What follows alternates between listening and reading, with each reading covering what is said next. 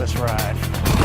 A certain degree of skepticism, hence striking in the beginning stages at least what could be seen as this middle ground in the courtroom. Trump's lawyers, as we discussed, weren't there arguing publicly. They filed no documents with the court, taken no legal position formally with the court, but Trump's lawyers were sitting in the room watching these arguments play out. So an interesting dynamic here, but the reality is that DOJ has said that they believe that releasing this could influence future witnesses. But it was interesting because...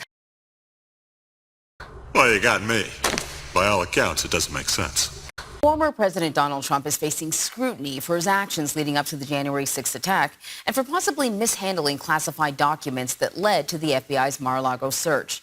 Today, a Florida judge will hear from several media organizations, including CBS News. Much later.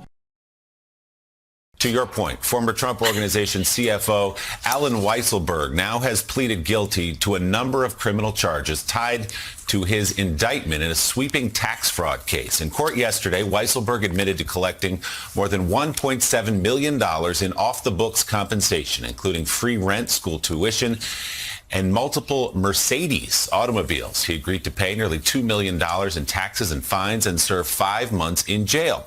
As part of his plea deal, Weisselberg is expected to testify at the Trump Organization's upcoming trial this fall. He is not expected to implicate his former boss, though. Donald Trump himself.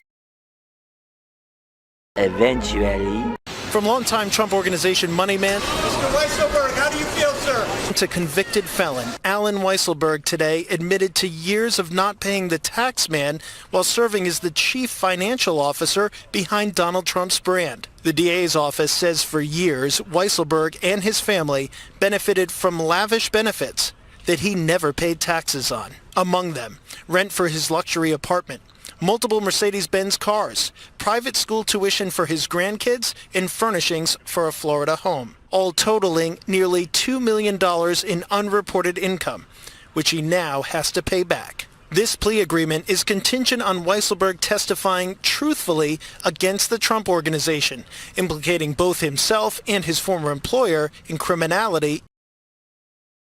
Are you little?